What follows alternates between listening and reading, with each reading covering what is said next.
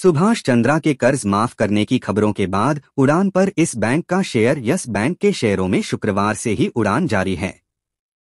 सोमवार सुबह शेयर बाजार की शुरुआती घंटी बजने के कुछ ही मिनटों के भीतर एनएसई पर यह 18 रुपये 85 पैसे के इंट्राडे हाई पर पहुंच गए। इंट्राडे में 18 रुपये 85 पैसे प्रति शेयर के उच्चतम स्तर पर चढ़ने के बाद यस बैंक के शेयर की कीमत लगातार 2 सत्रों में करीब 15% तक बढ़ गई है। गुरुवार को यस बैंक के शेयर 16 रुपये 80 पैसे के स्तर पर बंद हुए थे।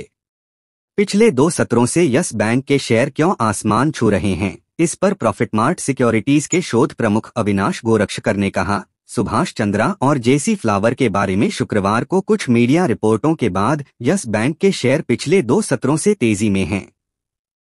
एआरसी में कर्ज चुकाने की 2 साल की खींचतान करीब करीब खत्म हो रही है।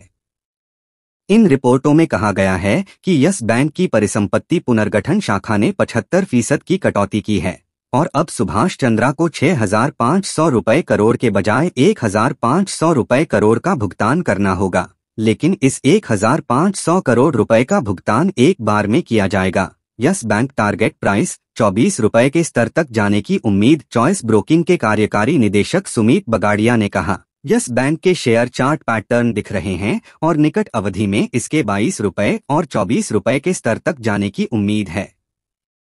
सोमवार के सौदों के बाद स्टॉक 18 रुपये 85 पैसे प्रति शेयर के स्तर से ऊपर बंद हुआ।